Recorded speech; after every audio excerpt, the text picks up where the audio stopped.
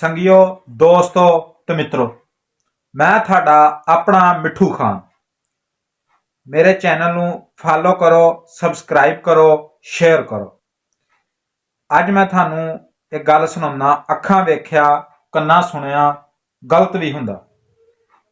इस तो पहले वीडियो दे आखिर तक मेरे नाल जुड़े रहना। एक औरत सी, बरीक लिबास पाउंदी सी, तेज खुशबोल हुंदी सी। ਉਹਦੇ घर बंदे हुंदे सी। ਜਦੋਂ ਬੰਦੇ ਹੁੰਦੇ ਸੀ ਤਾਂ ਬੱਚੇ ਉਹ ਬਾਹਰ ਕੱਢ ਦਿੰਦੀ ਸੀ। ਉਹ ਖਾਨ ਸਾਹਿਬ ਜਦੋਂ ਬੱਚੇ ਬਾਹਰ ਕੱਢ ਦਿੰਦੀ ਸੀਗੀ, ਮਹੱਲੇ ਵਾਲਿਆਂ ਨੇ ਕਿਹਾ ਤੇਜ਼ ਖੁਸ਼ਬੋਲ ਹੁੰਦੀ, ਬਰੀਕ ਕੱਪੜੇ ਪਾਉਂਦੀ, ਇਹ 2 ਨੰਬਰ ਆ। ਇਹ ਸਿਲਸਿਲਾ ਚੱਲਦਾ ਰਿਹਾ।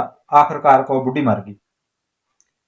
ਜਦੋਂ ਬੁੱਢੀ ਮਰੀ, ਉੱਥੇ ਜਨਾਜ਼ੇ ਦਾ ਟਾਈਮ ਹੋਇਆ, ਕੋਈ ਗੱਲਾਂ ਆਈਆਂ, ਕੋਈ ਸੁਣਨ ਚ ਆਈਆਂ।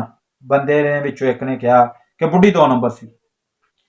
ਇਹ ਗੱਲ ਜਿਹੜੇ ਬੰਦੇ ਹੁੰਦੇ ਸੀ ਨਾ, ਉਹਨਾਂ ਦੇ ਵਿੱਚੋਂ ਇੱਕ ਬੰਦੇ ਨੇ ਸੁਣ ਕੇ ਉਹਨੇ ਕਿਹਾ, ਹਾਂ ਵੀ ਸੰਗੀਆ, ਤੂੰ ਇਹ ਬੁੱਢੀ ਨੂੰ ਕਿੱਦਾਂ 2 ਨੰਬਰ ਕਹਿਣਾ? ਉਹਨੇ ਕਿਹਾ ਇਹ 2 ਨੰਬਰ ਸੀਗੀ। ਉਹਨੇ ਕਿਹਾ ਕਿੱਦਾਂ 2 ਨੰਬਰ ਸੀ?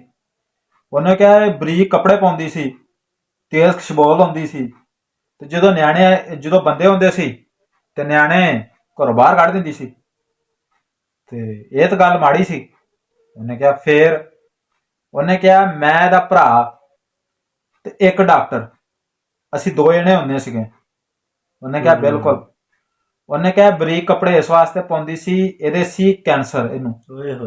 ਇਹਦੇ ਫੋੜੇ ਭਰ ਜਾਂਦੇ ਸੀ। ਜਦੋਂ ਮੋਟੇ ਕੱਪੜੇ ਪਾਉਂਦੀ ਸੀ ਤਾਂ ਛਿੱਲ ਦਿੰਦੇ ਸੀ, ਲਿਹਾਜ਼ਾ ਇਹਨੂੰ ਬਰੀਕ ਕੱਪੜੇ ਪਾਉਣੇ ਪੈਂਦੇ ਸੀ। ਤੇਜ਼ ਖੁਸ਼ਬੂ ਇਸ ਵਾਸਤੇ ਲਾਉਂਦੀ ਸੀ ਕਿ ਬਦਬੂ ਹੁੰਦੀ ਸੀ ਉਹ ਜ਼ਖਮਾਂ ਚੋਂ।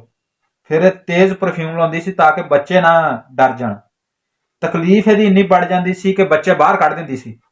ਸਾਨੂੰ ਸੱਦਦੀ ਸੀ, ਅਸੀਂ ਇਹਦਾ ਇਲਾਜ ਕਰਦੇ ਸੀ ਆ ਕੇ। ਜਦੋਂ ਇਹਦਾ ਇਲਾਜ ਕਰਕੇ ਚਲ ਜਾਈਦਾ ਸੀ, ਦਵਾਈ ਦੇ ਕੇ ਚਲ ਜਾਈਦੀ ਸੀ, ਫਿਰ ਬੱਚੇ ਆ ਜਾਂਦੇ ਸੀ। ਲਿਹਾਜ਼ਾ ਇਹ 2 ਨੰਬਰ ਨਹੀਂ ਸੀਗੀ। ਮੈਂ ਇਹਦਾ ਭਰਾ ਸੀ ਤੇ ਇੱਕ ਡਾਕਟਰ ਹੁੰਦਾ ਸੀ। ਤੇ ਲਿਹਾਜ਼ਾ ਦੋਸਤੋ, ਗੱਲ ਸੁਣਾਉਣ ਦਾ ਮਤਲਬ ਇਹ ਹੀ ਆ ਕਿ ਅੱਖਾਂ ਵੇਖਿਆ ਵੀ ਗਲਤ ਹੋ ਜਾਂਦਾ, ਮੂੰਹ ਕਿਹਾ ਵੀ ਕਈ ਵਾਰਾਂ ਗਲਤ ਹੋ ਜਾਂਦਾ। ਤੇ ਗੱਲ ਸੁਣਾਉਣ ਦਾ ਮਤਲਬ ਇਹੀ ਹੁੰਦਾ ਕਿ ਐਵੇਂ ਸੁਣੀ ਸੁਣਾਈ ਗੱਲ ਤੇ ਅਮਲ ਨਹੀਂ ਕਰੀਦਾ, ਕੁੱਤੇ ਮਗਰ ਨਹੀਂ ਨੱਸੀਦਾ, ਕੰਨ ਵੇਖੀਦਾ ਹੁੰਦਾ।